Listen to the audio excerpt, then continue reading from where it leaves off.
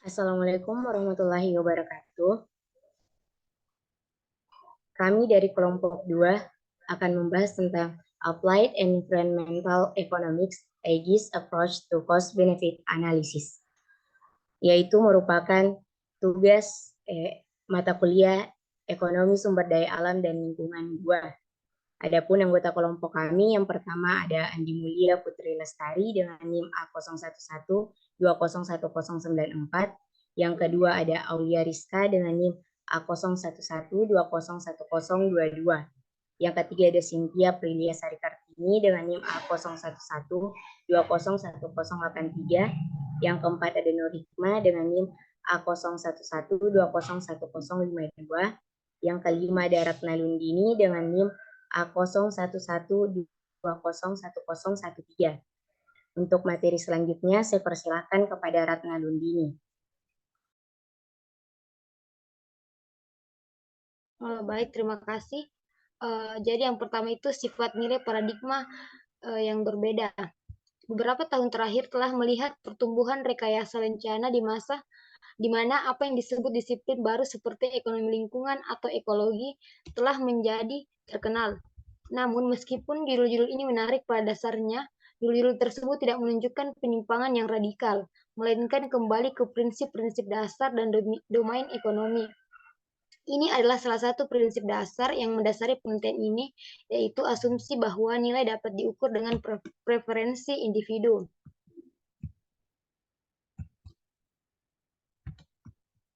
Kemudian, adapun Applied Environmental Economics menunjukkan bagaimana TIV dapat dipecahkan menjadi bagian-bagian penyusunannya dan mengilustrasikannya dengan mengacu pada beberapa nilai yang dihasilkan oleh komoditas utama yang dipertimbangkan dalam penelitian ini, yaitu hutan. Sebagian besar analisis ekonomi berkonsentrasi pada nilai instrumental atau nilai guna suatu komoditas. Yang paling menonjol di antaranya adalah nilai guna langsung yang dihasilkan oleh barang swasta dan kuasi swasta menurut Batman dan Turner 1993 yang seringkali sebagian tercermin dari harga pasar dan nilai guna tidak langsung yang diasosiasikan dengan barang murni. Saya kembalikan kepada moderator.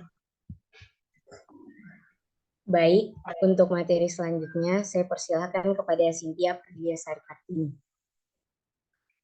Baik, terima kasih. Saya akan melanjutkan presentasi sebelumnya, yaitu salah satu solusi untuk masalah penilaian mungkin dengan meninggalkan analisis ekonomi neoklasik konvensional yang mendukung penilaian yang dimodifikasi atau alternatif dan strategi pengambilan keputusan. Salah satu alternatif tersebut adalah mendasarkan keputusan pada penilaian ahli dan membatasi peran ekonomi pada identifikasi metode biaya paling rendah untuk mencapai tujuan yang dinyatakan. Lihat misalnya Organisasi Kerjasama Ekonomi dan Pembangunan 1991. Pendekatan efektivitas biaya seperti itu mungkin optimal untuk masyarakat yang menghindari risiko kaya sumber daya yang dihadapkan dengan risiko tinggi, ketidakpastian tinggi, masalah yang tidak dapat diubah seperti penanganan polutan yang sangat persisten. Menurut Obscur dan Perses 1991.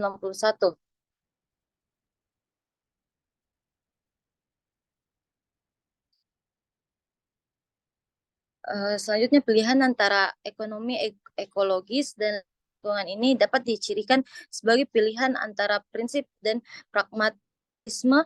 Argumen untuk pendekatan ekonomi ekologis adalah bahwa tidak kurang akan menjaga integritas lingkungan yang sangat penting jika ekonomi koboi yang eksploitatif sumber daya menurut Boulding 1966 adalah untuk mencapai keadaan pembangunan berkelanjutan dengan tidak adanya tinjauan ke belakang.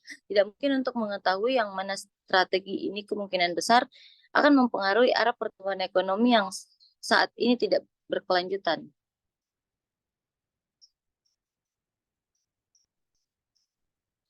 Landasan teoretis dan metodologis dari penelitian ini. Studi ini mengkaji potensi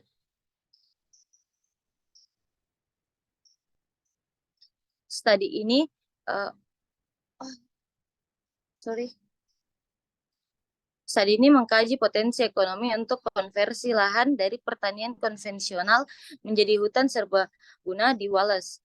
2 poin langsung penting di sini. Pertama, kami tertarik pada berbagai nilai ekonomi yang dihasilkan oleh perubahan penggunaan lahan tersebut. Kedua, setelah tinjauan awal, menurut Bateman 1991-1992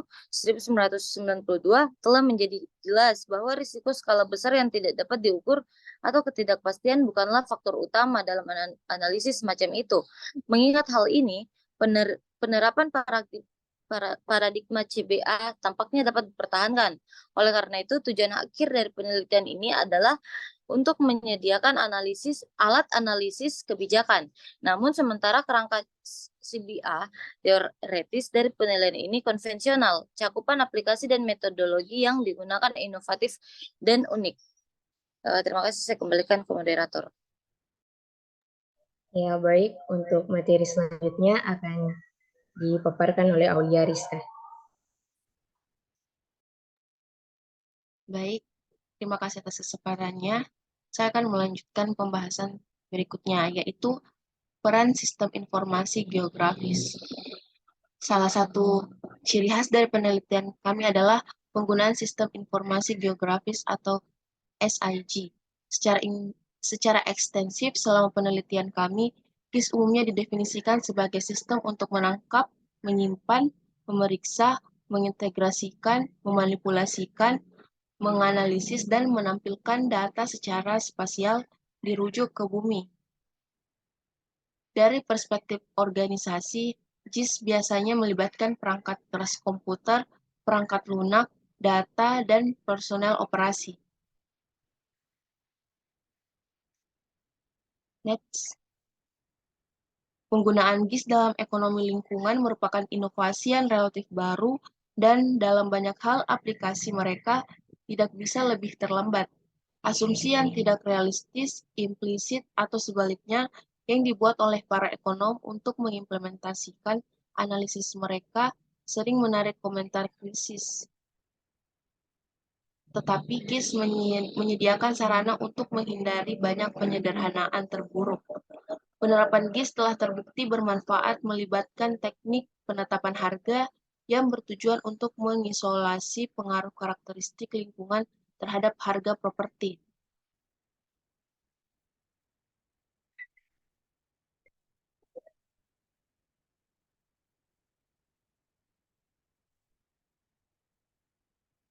Selanjutnya, biaya dan manfaat hutan, keterbatasan penelitian. Berdasarkan bagan di samping, mengilustrasikan kerumitan biaya dan manfaat internal dan eksternal yang dihasilkan oleh hutan. Dalam diagram ini, biaya dan manfaat internal ditampilkan dalam kotak yang diarsir. Barang-barang ini semuanya memiliki harga pasar dari mana nilai bayangan menentukan nilai masyarakat dari barang-barang ini mungkin berasal. Item eksternal tertentu juga memiliki harga pasar terkait yang nilainya dapat diperkirakan lagi. Ini ditunjukkan dalam kotak garis putus-putus.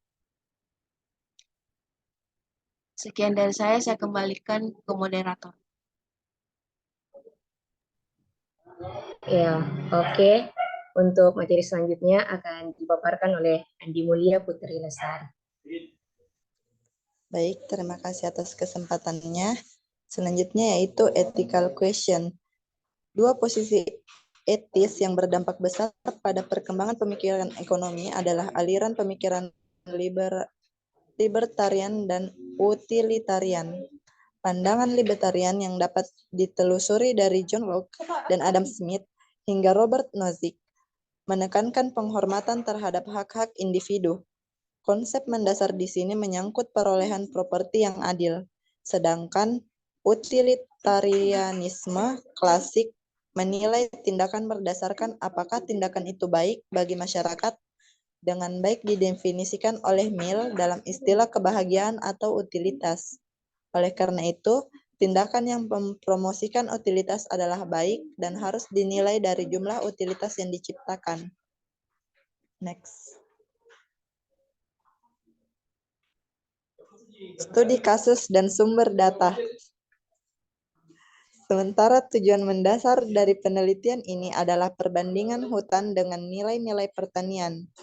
Tujuan tambahan adalah untuk melihat bagaimana perbedaan tersebut bervariasi di wilayah karakter lingkungan yang berbeda. Misalnya, Wales yang lingkungannya beragam dan relatif lebih merugikan berarti bahwa produksi pertanian terbatas pada sektor-sektor seperti peternakan domba yang telah mengalami penurunan jangka panjang, dan oleh karena itu berpotensi lebih cocok untuk konversi menjadi hutan.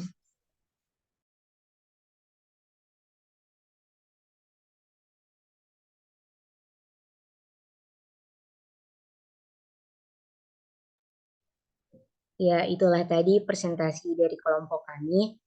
Mohon maaf jika ada kesalahan, dan saya akhiri. Wassalamualaikum warahmatullahi wabarakatuh.